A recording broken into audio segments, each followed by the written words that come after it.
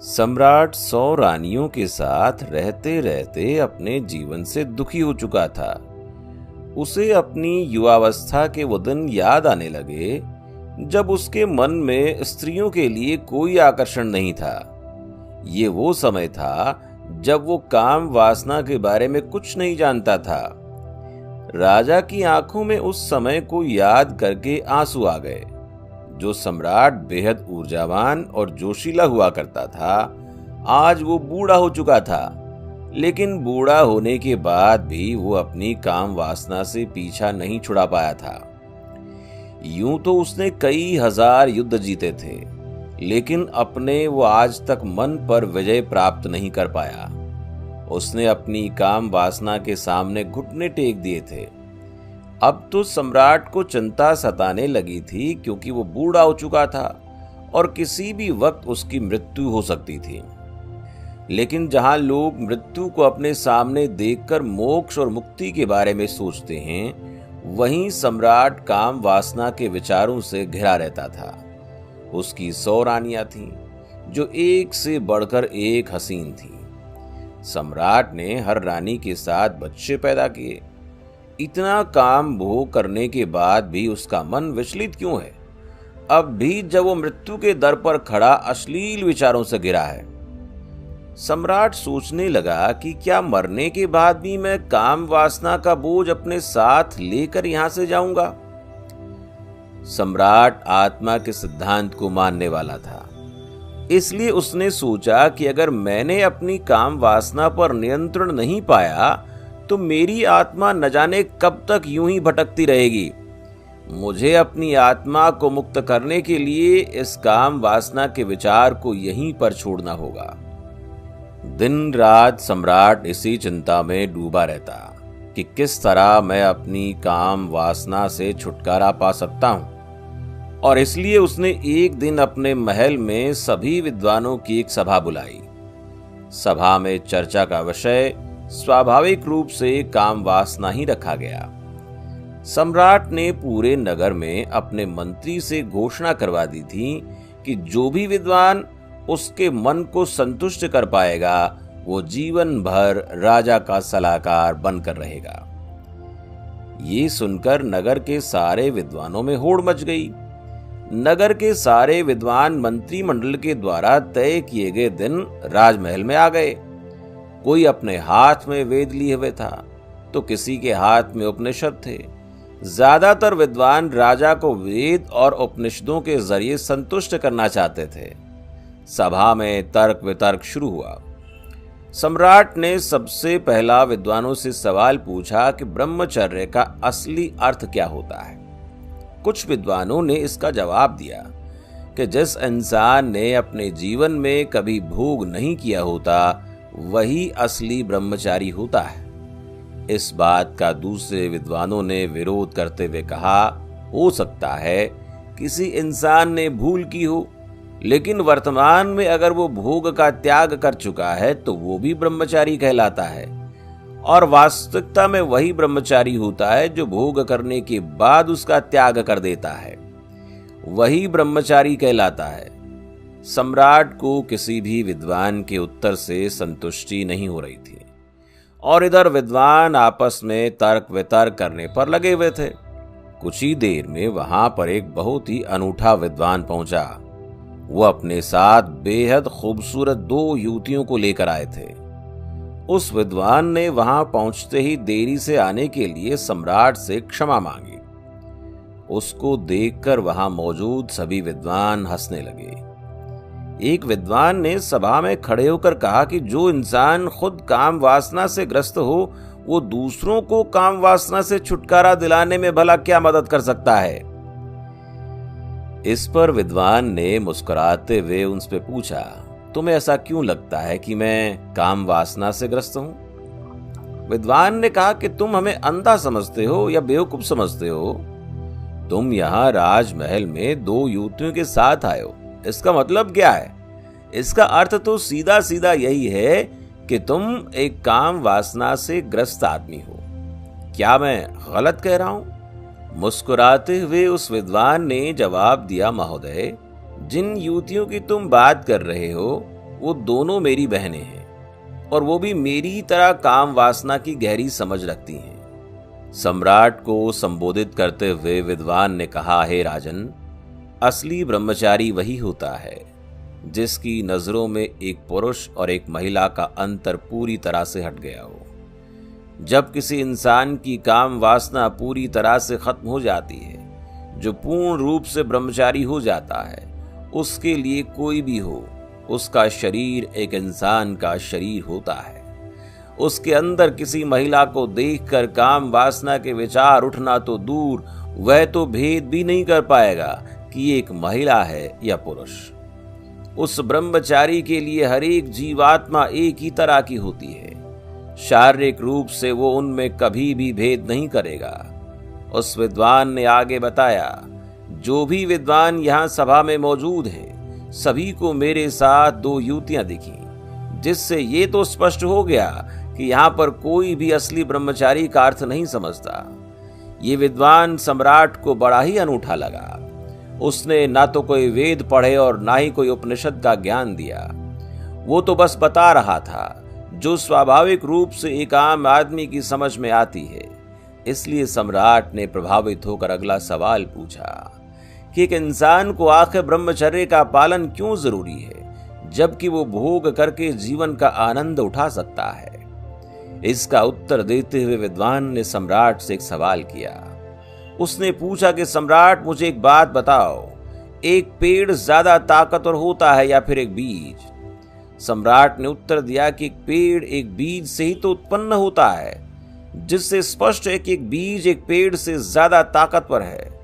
विद्वान ने कहा, सम्राट, उसी प्रकार हमारे शरीर में भी काम शक्ति रूपी बहुत सारे बीज होते हैं। उनमें असीम ऊर्जा होती है जो हमारे अंदर आनंद पैदा करते हैं। लेकिन काम वासना में ग्रस्त होकर हम अपने काम शक्ति रूपी बीजों को यूं ही नष्ट करते रहते हैं, जिस वजह से एक आदमी ढीला और आलस्य से भरा हुआ हमेशा थका थका सा रहता है।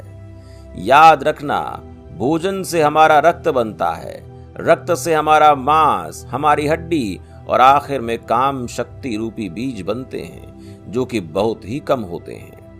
इसलिए अपने मन में उठने वाली काम वासना के लिए उन बीजों को बर्बाद करना कहीं से भी तार्किक नहीं है। ब्रह्मचर्य का पालन करने से उन बीजों की शक्ति हमारे आंतरिक स्वरूप में समा जाती है, जो हमारे चेहरे पर तेज पैदा करती है और हमारे शरीर को बीमारियों से बचाती है। यही काम शक्ति रूपी बीज जब ज्ञान के माध्यम से ऊर्जा में परिवर्तित कर दिए जाते हैं, तो यही आनंद का स्रोत बन जाते हैं। सम्राट ने अगला सवाल पूछा कि काम वासना से किस प्रकार छुटकारा पाया जाए। विद्वान ने उत्तर दिया, हे सम्राट, जो बुद्धिमान होता है वो जानता है कि काम वासना रूपी कुएं का पानी जो जितना ज्यादा पिएगा उतनी ही ज्यादा प्यास उसे लगेगी। उसकी प्यास कभी नहीं बुझेगी। इसलिए या तो कभी इस काम वासना रूपी कुएं का पानी पिए ही नहीं, और अगर मजबूरी में उसे कभी इस कुएं का पानी पीना भी पड़े तो सिर्फ एक कुएं का पानी ही पीना चाहिए। उस विद्वान ने राजा को उन्हीं के जीवन का उदाहरण देते हुए कहा, हे राजन, आपकी 100 रानियां हैं। आपने भी महसूस किया होगा कि जिसकी प्यास बुझानी होती है उसकी प्यास एक ही जगह पर जाकर बुझ जाती है, लेकिन जिसकी प्यास नहीं बुझी होती है, चाहे वो 100 स्त्रियों के साथ भोग कर ले, लेकिन फिर भी उसकी प्यास अधूरी रह जाएगी। विद्वान ने सभी को समझाते हुए कहा, अगर आपके जीवन का लक्ष्य ही स्पष्ट नहीं है तो आप सभी तरह की भोग वस्तुओं में घिर जाएंगे। लेकिन वहीं अगर आपका लक्ष्य स्पष्ट है तो आप अपना पूरा ध्यान अपने लक्ष्य को पूरा करने में लगाएंगे, न कि भोग करने में। आपने एक बहुत पुरानी कहावत तो सुनी होगी कि खाली दिमाग शैतान का घर होता है। इसलिए एक इंसान को अपने जीवन का लक्ष्य स्पष्ट दिखाई देना चाहिए। शुरुआती चरण में काम वासना हमेशा हमारे विचारों के द्वारा उत्पन्न होती है, और अगर हम अपने विचारों को ऐसी जगह पर इस्तेमाल करेंगे जिससे हमारा लक्ष्य पूरा हो सके, तो हमारे दिमाग में काम वासना के विचारों के लिए कोई जगह नहीं बचेगी। विद्वान ने सम्राट को चेतावनी देते हुए कहा, सम्राट, याद रखना, भोग करने से ज्यादा खतरनाक काम वासना के विचार होते हैं। वो हमारा मानसिक संतुलन पूरी तरह से बिगाड़ देते हैं, हमारी दृष्टि को भ्रमित कर देते हैं। उस विद्वान ने सभी को सभा में कहानी सुनाते हुए कहा कि एक बार 2 सन्यासी भिक्षा मांगकर अपने आश्रम में वापस लौट रहे थे।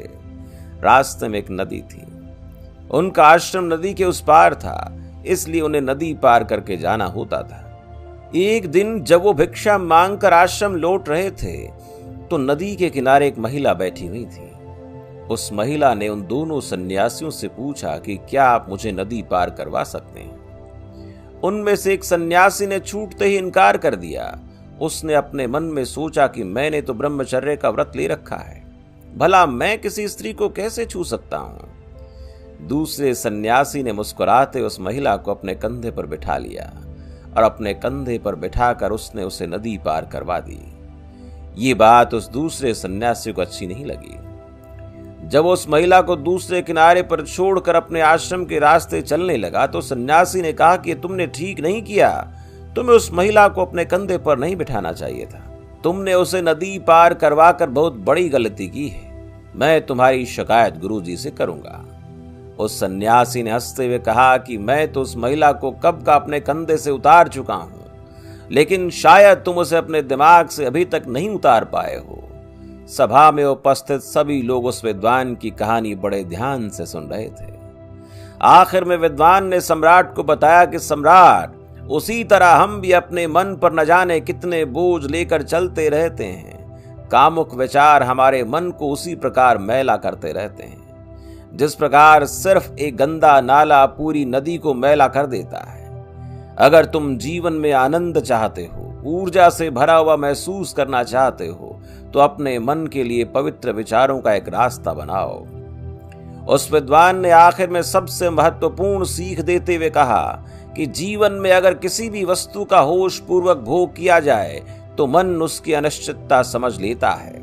मन समझ लेता है ये वस्तु हमें हमेशा के लिए आनंद नहीं दे सकती, हमें परमानंद के लिए कोई और रास्ता चुनना होगा। और जब मन इन बातों को समझने लगता है तो अपने आप ही उसमें से काम वासना के विचार विलीन होने लगते हैं। इसलिए होश में रहकर वस्तुओं का भोग करना सीखो, जिससे तुम उनकी नित्यता समझ सको। ये सुनकर सम्राट ने सवाल किया कि होश पूर्वक भोग भोगने से तुम्हारा मतलब क्या है।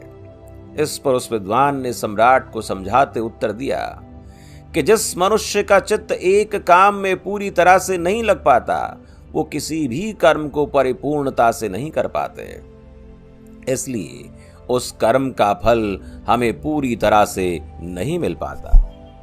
उदाहरण के लिए, जब एक मनुष्य किसी दूसरे मनुष्य को दान देता है तो दान देते वक्त उसका मन किसी लक्ष्य की प्राप्ति के लिए सोच रहा होता है। उसी प्रकार जब कोई आदमी भगवान से प्रार्थना करता है तो वह उनकी पूरे चित्त से, भक्ति भाव से आराधना करने की बजाय अपनी इच्छा प्राप्ति के लिए प्रार्थना कर रहे होते हैं। सम्राट, आप खुद सोचो, अगर कोई मनुष्य पूरे चित्त से कोई कर्म करता ही नहीं तो उसे उस कर्म का पर्याप्त फल कैसे प्राप्त होता।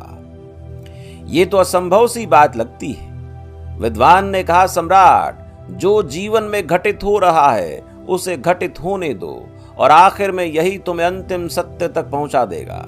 लेकिन जो कुछ भी घटित हो रहा है उसमें तुम अपना पूरा चित्त लगाओ।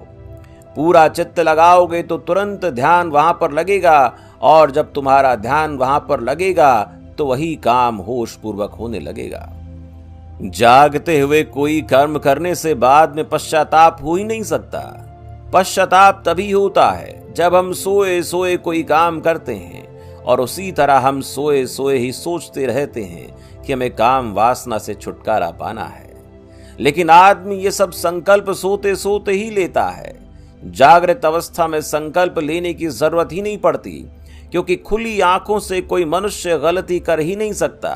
इसीलिए काम वासना से छुटकारा पाने की बजाय ये सोचो कि तुम उसे होश पूर्वक जागते हुए कैसे भोग सकते हो।